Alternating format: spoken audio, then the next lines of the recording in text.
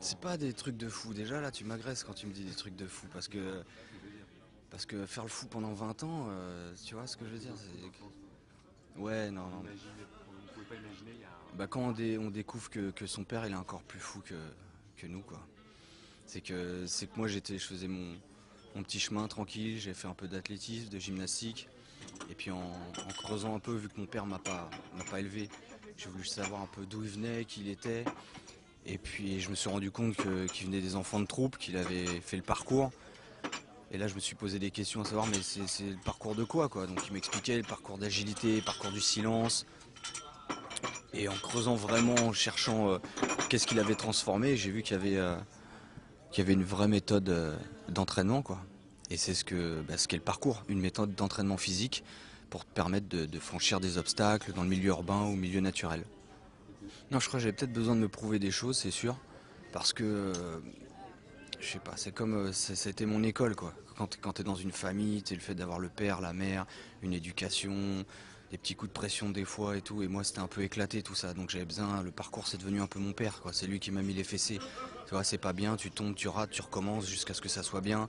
Et ton esprit, ton travail, ton caractère il se fait par rapport à ça. Soit tu lâches tout de suite et ton niveau de volonté il est là.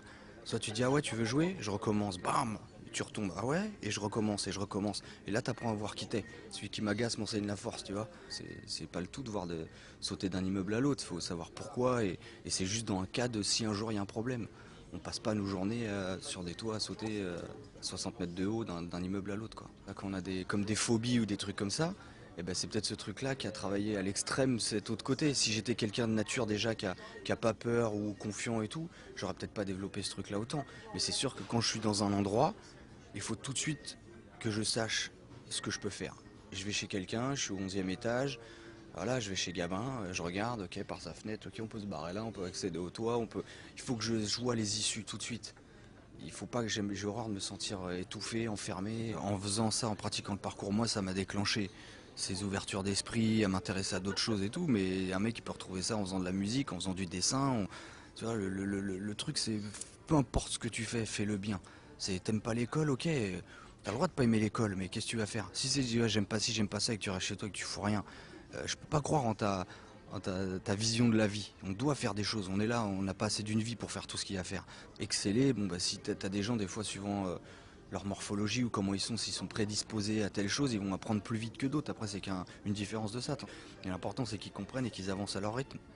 Donc c'est pas me dire je suis en retard par rapport à qui, c'est déjà je suis en avance par rapport à. C'est déjà mieux que de rien faire. Déjà le fait de bouger un peu, de lire un petit peu, de faire un peu de musique, voilà, de commencer à t'intéresser un peu aux choses. Et c'est ça qui te donne le goût d'aller plus loin.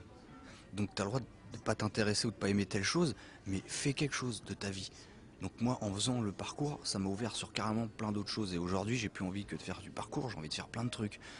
De tout, de savoir cuisiner, de savoir bricoler, de savoir, je sais pas, vraiment faire des trucs utiles qui me servent à quelque chose. Et, euh, et quand je parle avec d'autres artistes, dans d'autres domaines, je ressens un peu la même chose, quoi. Tous les autres boulots avant, je dis mais qu'est-ce que je fous là? C'est pas ma place. Je fais ça parce qu'il faut donner une raison. J'étais jeune, ma mère, faut qu'elle puisse dire à ses collègues ah non mais mon fils il travaille parce que sinon ça. À un moment tu comprends que tu fais plus les trucs pour les autres que pour toi quoi. Et au final c'est qu'est-ce que moi j'ai envie de faire? Bah là je suis bien maintenant. Donc tant que je peux prolonger ce truc là et me faire plaisir et puis avoir des propositions dans ce milieu artistique, je continue et le jour où il n'y a plus rien, et bah, je partirai ailleurs. Non, parce qu'il y a, ouais, c'est ça, pour l'intention, quand tu bouges, je pense, les jeunes, surtout les plus jeunes, déjà c'est bien d'être encadré par des grands, des mecs qui ont de l'expérience, parce que c'est un truc où j'ai remarqué dans le parcours, l'ego il ressort vachement. Tu vois, même moi j'en ai été victime, à 20 ans, tu sens que tu fais un truc que l'autre fait pas, bam, t'as ce truc. Donc ça va quand c'est marrant, quand tu t'amuses un peu, mais quand tu commences à te prendre au sérieux là-dedans, c'est plus bon quoi. À jouer le caïd parce que t'es le meilleur ou parce que tu sautes plus loin qu'un autre ou non, il n'y a pas de caïd dans la vie quoi. Je veux dire, c'est pas le plus fort du monde en boxe sur un ring avec des gants qui est le plus fort du monde dans la rue quoi. Il se prend une lame, un coup de lame, c'est fini en 2 secondes. On s'en fout de savoir si t'es bon ou pas bon, si tu t'es entraîné. Donc la vérité elle est complètement différente.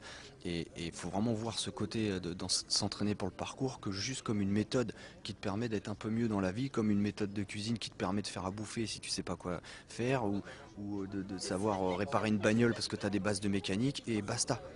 Ça pète pas plus haut. Ah bah c'est sûr que ouais, si je me retrouve en tôle alors que j'ai rien à y foutre, faut s'attendre à que je cherche un moyen pour me barrer quoi. Mais, mais si j'y suis parce que j'ai fait une connerie, bon bah Ton voilà, expérience de télé-réalité, peut-être peut-être en tôle, pendant combien de temps t'as fait? ah, ça peut être un bon jeu ça ouais. Franchement, attends.